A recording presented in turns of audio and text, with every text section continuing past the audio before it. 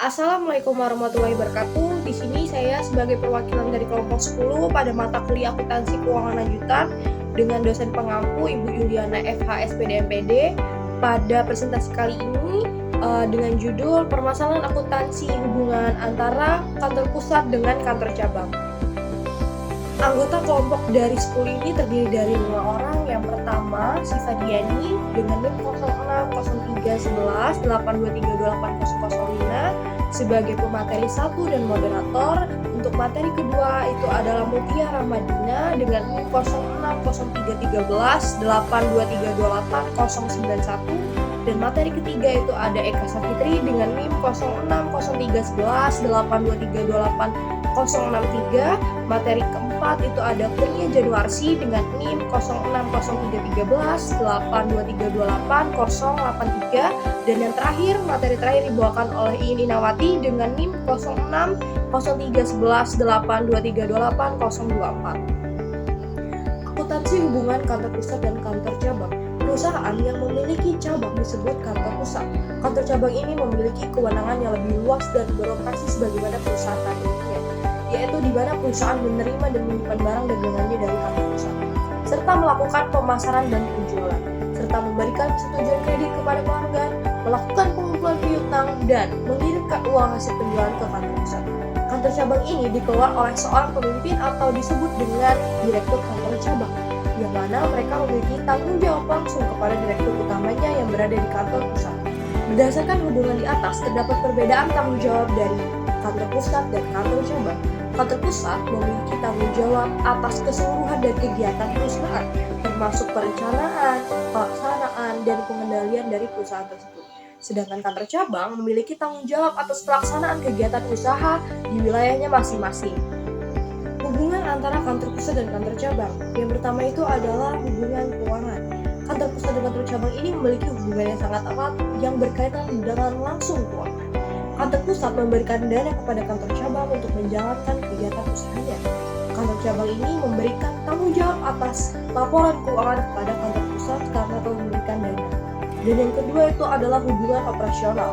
Kantor pusat dan kantor cabang memiliki hubungan yang sangat mendukung dengan kegiatan operasionalnya. Kantor pusat memberikan bimbingan dan dukungan kepada kantor cabang dalam menjalankan kegiatan usahanya. Kantor cabang ini memiliki tanggung jawab dalam pemberian informasi dan data kepada kantor pusat dalam keperluan pengambilan keputusan. Terdapat dua sistem dalam penerapan kantor pusat dan kantor cabang, di mana sistem ini yang membedakan tanggung jawab dari masing-masing penerapannya. Yang pertama itu adalah sistem sentralisasi, merupakan pembukuan laporan keuangan terhadap semua transaksi yang terjadi di kantor cabang yang diselenggarakan sepenuhnya oleh kantor pusat. Tujuan sistem ini adalah untuk menghemat beban administrasi dan menjamin keseragaman prosedur dan pembukuan yang terjadi pada aktivitas kantor cabang dan kantor pusat. Dalam sistem sentralisasi ini, kantor cabang hanya mengumpulkan dokumen-dokumen dasar yang diperlukan dalam pembuatan laporan tersebut. Nah, untuk sistem yang kedua ini adalah desentralisasi. Dalam sistem ini, kantor cabang memiliki otonomi yang lebih luas dalam menjalankan operasi usahanya. Kantor pusat memberikan bimbingan dan dukungan kepada kantor cabang, namun tidak memiliki kekuasaan untuk mencampuri urusan kantor cabang. Baik, terima kasih kepada moderator atas kesempatannya. Di sini saya akan menjelaskan transaksi pengiriman uang atau barang dalam hubungan kantor pusat dan cabang. 1. Konsep transaksi pengiriman uang atau barang antara kantor pusat dan cabang. Dalam akuntansi hubungan antara kantor pusat dan cabang ada dua sistem utama yang digunakan, yaitu sistem sentralisasi dan desentralisasi. Pada sistem sentralisasi, semua transaksi antar kantor pusat dan kantor cabang hanya dicatat di buku kantor pusat. Sebaliknya, dalam sistem desentralisasi, transaksi di antar kantor dicatat di kedua buku, baik kantor pusat maupun kantor cabang. Saat kantor pusat mendirikan cabang, kedua pihak perlu membuka akun antar perusahaan, yaitu akun kantor cabang di buku kantor pusat dan akun kantor pusat di buku kantor cabang.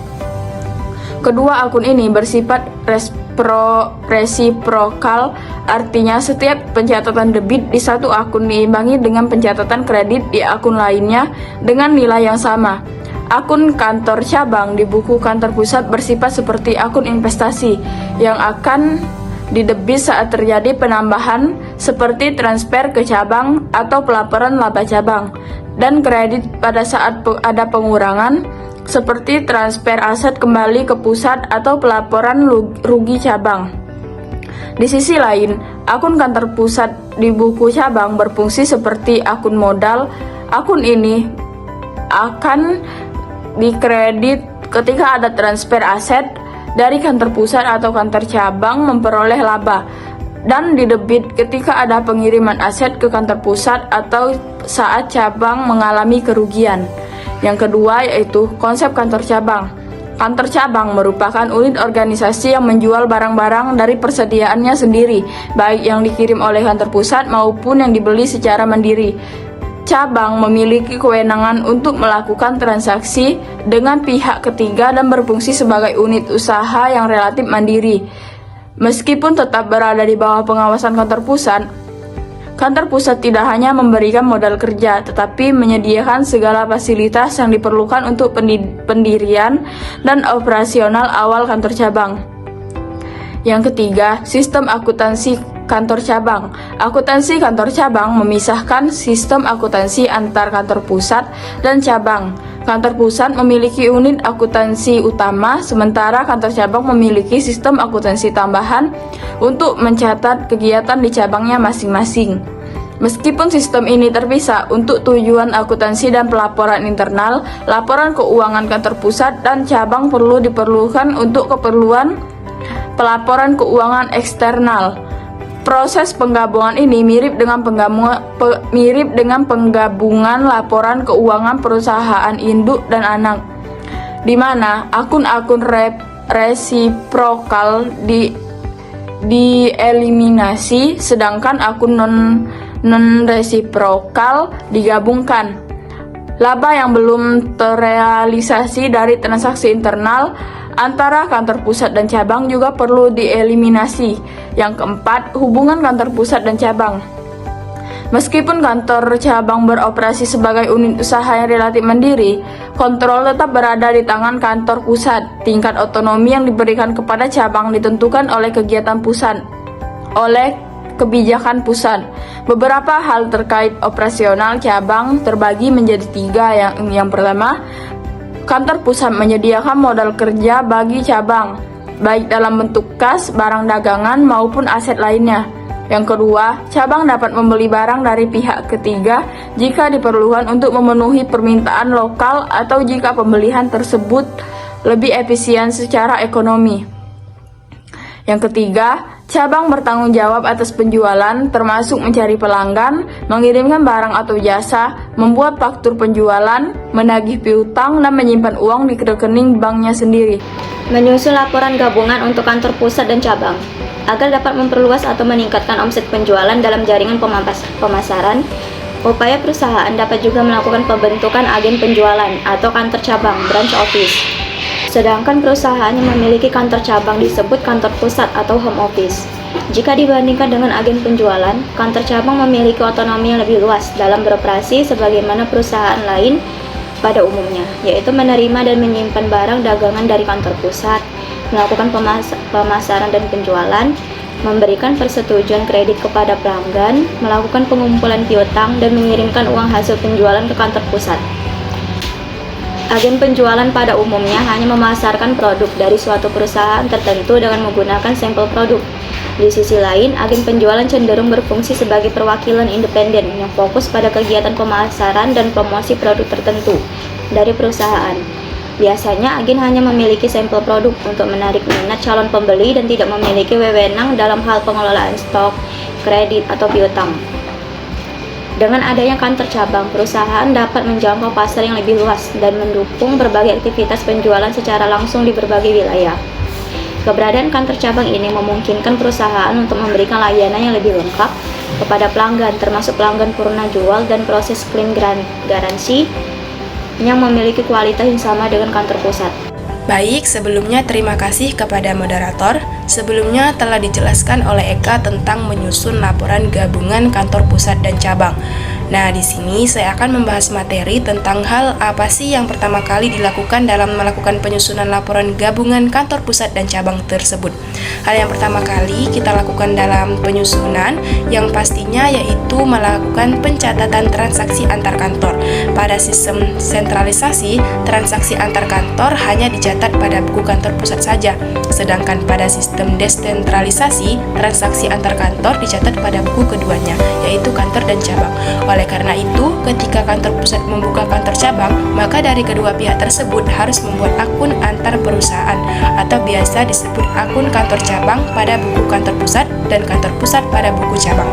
Berikut ini merupakan peraga dari buku kantor cabang dan peraga dari buku kantor pusat. Dari peraga tersebut dapat kita ilustrasikan, misalnya jika kantor pusat mentransfer kas ke kantor cabang, maka kantor pusat mencatat kantor cabang di akun debit dan kas di akun kredit. Sedangkan pada kantor cabang mencatat kas pada akun debit dan kantor pusat di kredit. Dan juga ketika kantor cabang melaporkan laba bersih kepada kantor pusat, maka kantor pusat mencatat kantor cabang pada akun debit dan laba dari kantor cabang di akun kredit. Kantor cabang mencatat ikhtisar laba rugi di akun debit dan kantor pusat di akun kredit. Baiklah, selanjutnya saya akan menjelaskan mengenai pengiriman barang dagangan ke kantor cabang. Kantor cabang dibentuk sebagai kepanjangan tangan dari kantor pusat dalam memasarkan dan menjualkan barang dagangannya milik kantor pusat. Oleh karena itu, barang dagangan yang terdapat di kantor cabang pada umumnya berasal dari kiriman kantor pusat. Namun demikian tidak menutup kemungkinan kantor pusat memberi wewenang kepada kantor cabang untuk membeli barang dagangan dari pihak luar atau pihak independen. Terdapat dua kemungkinan dalam pengiriman barang dagangan. Yang pertama yaitu barang dagangan difaktur sesuai kosnya, dan yang kedua barang dagangan difaktur di atas kosnya. Kita bahas satu persatu barang dagangan difaktur sesuai kosnya. Pada jurnal untuk mencatat pengiriman barang dagangan ke kantor cabang yang difaktur sesuai kosnya, itu tergantung pada apakah perusahaan menggunakan sistem periodik atau perpetual. Berikut ini contoh barang dagangan yang difaktur ke kantor cabang sesuai kosnya. Untuk memperoleh jaringan pemasaran, PT Zigzag membentuk kantor cabang di Yogyakarta. Berikut ini transaksi yang berkaitan dengan pembentukan kantor cabang dan operasinya pada bulan pertama. Teman-teman bisa kita lihat pada gambar di samping ini merupakan contoh transaksi yang berkaitan dengan pembentukan kantor cabang dan operasinya pada bulan pertama. Pada jurnal di samping diketahui bahwasanya PT Zigzag memperoleh laba sebesar 2.900.000. Baiklah, yang kedua, barang dagangan difaktur di atas kosnya. Kantor pusat dapat menerapkan kebijakan penetapan harga barang dagangan yang dikirim ke kantor cabang pada harga yang berbeda dari kosnya. Hal ini dilakukan dengan tujuan untuk mengamankan suatu laba. Contoh, barang dagangan difaktur ke kantor cabang di atas kosnya berdasarkan transaksi sebelumnya. Dapat dilihat pada jurnal berikut ini, memperoleh sebuah laba sebesar 1.900.000. Baiklah, selanjutnya kita masuk ke laporan keuangan kantor pusat dan kantor cabang. Yang merupakan satu perusahaan atau kesatuan bisnis, maka penyajian laporan keuangannya secara terpisah tidak cukup memuat informasi penting tentang kinerja keuangan secara keseluruhan dari kesatuan bisnis tersebut. Baiklah, setelah kita membuat neraca saldo, maka langkah selanjutnya adalah membuat kertas kerja atau worksheet dari laporan keuangan gabungan antara kantor pusat dan kantor cabang A. Nah, dapat kita lihat di kertas kerja tersebut terdapat kolom PT Tiara Nusantara, kolom kantor cabang A, kolom eliminasi pada posisi debit dan kredit, dan yang terakhir laporan keuangan gabungan. Nah, pada kolom eliminasi tersebut memperoleh nilai sebesar 29.000. Dan pada dasarnya posisi debit dan kredit itu harus sama nilainya. Berdasarkan kertas kerja tersebut, laporan keuangan gabungan pada PT Tiara Nusantara adalah sebagai berikut. Terdapat laporan keuangan neraca, laporan laba rugi, dan laporan saldo laba atau laba ditahan. Kesimpulan dari presentasi kali ini adalah hubungan antara kantor pusat dan kantor cabang mencakup aspek keuangan, aspek operasional, dan akuntansi melalui sistem sentralisasi ataupun sistem desentralisasi.